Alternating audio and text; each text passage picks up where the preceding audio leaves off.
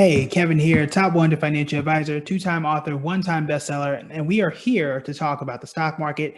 This is a part of our 21-day Q&A, and today I'm going to answer a question like I have for the past, I don't know, since the beginning of 2021, because I don't know how many days it's been. It's been a lot.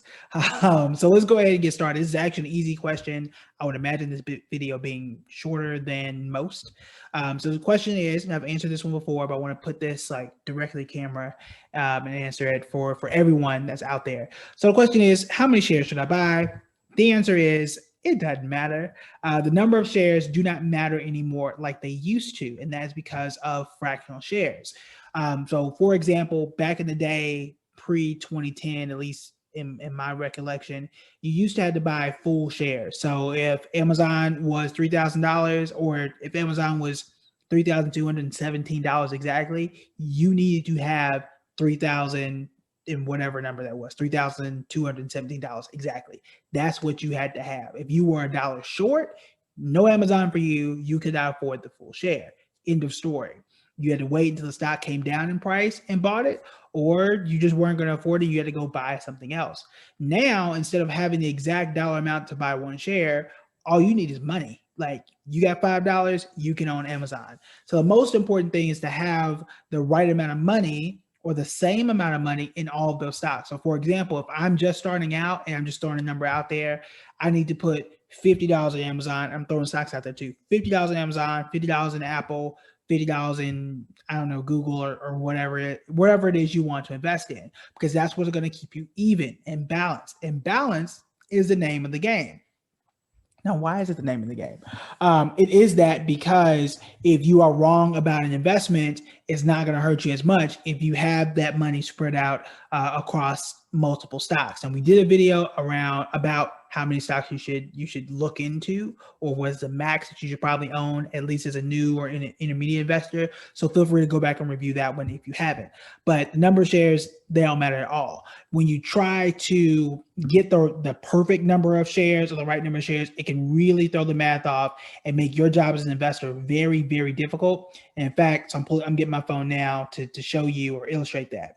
For example, at the time of this recording, Amazon, man, I was close, is $3,218.88. So one share of Amazon. So in my mind, if I'm thinking, well, I need one share of every company that I want, well, I need $3,200 basically for Amazon, but I only need $130 for Apple. Well, guess what? 99% of my money is in Amazon. So if Amazon falls, that's all my money. That's it. Because I have $3,000 in Amazon and only just a tiny hundred and some change in Apple. That doesn't make sense. What would be better for me is say, look, I've got $100. I'm putting $50 here, $50 here. So Amazon falls off, Apple can really maybe outweigh it and balance things out, as opposed to having $3,000 in one thing and just 100 in something else. So the share count does not matter. But also imagine you trying to do the math. If you need one share of Amazon at $3,218, how many shares of Apple is that? Do you really want to sit here and do the math as the market is moving every single day? What if I want something like a Shopify? Shopify, I'm just looking at it now, is $1,100. So I need three shares of Shopify, one share of Amazon, and what? I don't know, 30 shares of Apple or something crazy. Like that's hard math to do as you are adding more stocks. And if you go back to our video about how many stocks you should own, if you're doing that for 20 stocks and you're trying to go buy the share amount, that's not going to work. That's not going to work, which is why I've been a strong advocate of fractional shares. I've been a strong advocate for fractional shares since the very first moment they came on the scene. It's why I talk so much about public, because it defaults to fractional shares, where when you click buy, it just tells you want $100, $25, $10, whatever it is, in the story. That's it. Places like Fidelity have fractional shares. To my knowledge, something like TD Ameritrade does not have fractional shares yet. I don't know if they're adding it or not. But for me, I don't use that app as much because I want to be able to buy what I want when I want it. If I don't have enough money to save up for $1,000 of Shopify, where I got to sit here and wait as Shopify takes off, like I'm going to look at it now. Shopify is over the last year, Shopify's been up 176%. So by the time I get $1,000, it could be more expensive. So why wait when I can say, look, I've got $100 now. I got $100 a week I could put in there, and I'm getting $100 of Shopify, and I'm slowly building up as opposed to waiting to have all that money. So that's the beauty of fractional shares. Yes, we did a video on fractional shares as well. So go back and review that. I think that was like one of the first 5 videos that we did. But all this goes back to the number of shares. It don't matter.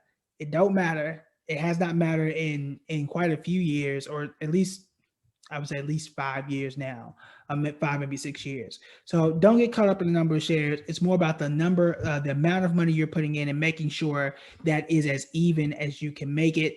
My rule is 5% of the money that you have invested. So an example, if you got $100 that you're investing, or you're investing $100 a week, however you want to do that, then I'm putting $5 in up to 20 stocks. If I'm cutting it down and doing $10 a stock and only getting 10 stocks, you get the point. But it's more about the dollar amount that I'm putting in and not about the number of shares. All right, so that is it for me. I know this was a big question. I get this one probably most often, at least it's in the top 10. So make sure you hit the share button, because I know other people are asking this question. And then I know that you have probably asked this question as well. So hit the like button, hit the share button, and I will talk to y'all later. Before I go, make sure that you check out the 2021 Investing Yearbook. I've already gotten tons of amazing comments about how great it is and the great ideas that have been in there from some of the people. I've lost count. I lost count after 50. So it's well over 50 people that have already signed up for it. It's a short, simple resource to help you to choose better investments. They're picked by myself and 4 other amazing experts. When I have questions, I go to these people. The Ivy Investor, one of my best friends, an amazing attorney and amazing investing educator, which is why she's in there. But she has some amazing picks for new investors, her favorite investing app, as well as mine. Top 5 stocks that beginners should know about, and stocks that no one is talking about, including defensive stocks. So if this year doesn't go the way we want to, what do you do with that? There are some investments that you may want to consider. Mine is in there, as well as hers and the others. So make sure you get it. It's only $49, so really inexpensive to start the year off right. And maybe if you invest in some of those, maybe this will pay for itself. So I want to throw that out there as well. All right, I'll talk to you guys later. Bye.